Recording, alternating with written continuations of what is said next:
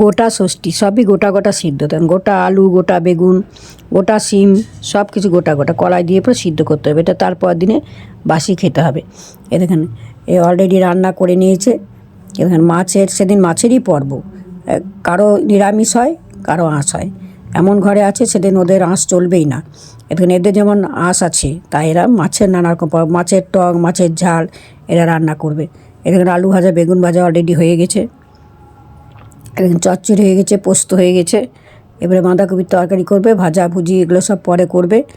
সব এক একজনার এক এক রকম নিয়মে করে, কারো গোটা সিদ্ধ আছে কারো নেই। নিয়ে এখানে ধোয়ার পালা, এসব রান্নাবান্না করার পর অনেক বাসন হয়ে যায়, এখানে এসব ধুতে লেগেছে।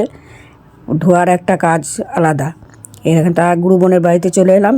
এইখানে দেখুন এখন এদের রান্না একটু বেলা করে বসে এখন বসেছে সবজি নিয়ে, নানা রকম সবজি। এখন এই সবজি বানানোর মাস্টার, নানা রকম সবজি বানাবে। দেখেন সবজির পর্ব দেখুন, যে যত মানে রাঁধতে পারবে সেদিনকে দাঁড়িয়ে দাঁড়িয়ে ঠ্যাং ব্যথা হয়ে যাবে, কিন্তু রান্নার শেষ হবে না। অনেক রান্না, যে যতটুকু রান্না করতে পারবে, যত পদ হয় এই রান্না করে বাসি ভাত বেশ খেতে জুত লাগে।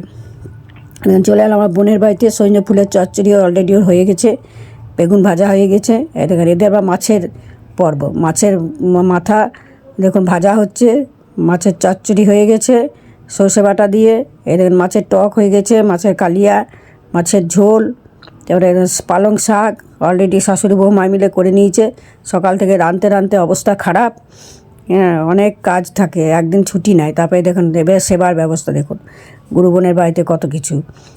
তিলের বড়া, সজনে ফুলের বড়া, আলু ভাজা, বাঁধাকপির তরকারি, চচ্চড়ি, পোস্ত, তারপরে বড়ার টক, তারপরে কলাই সেদ্ধ, নুন তেল, শুধু যত রকম শুধু খাওয়ার ব্যবস্থা দেখুন, সব সুন্দর করে খাওয়ার পরিপাটি হয়ে গেল।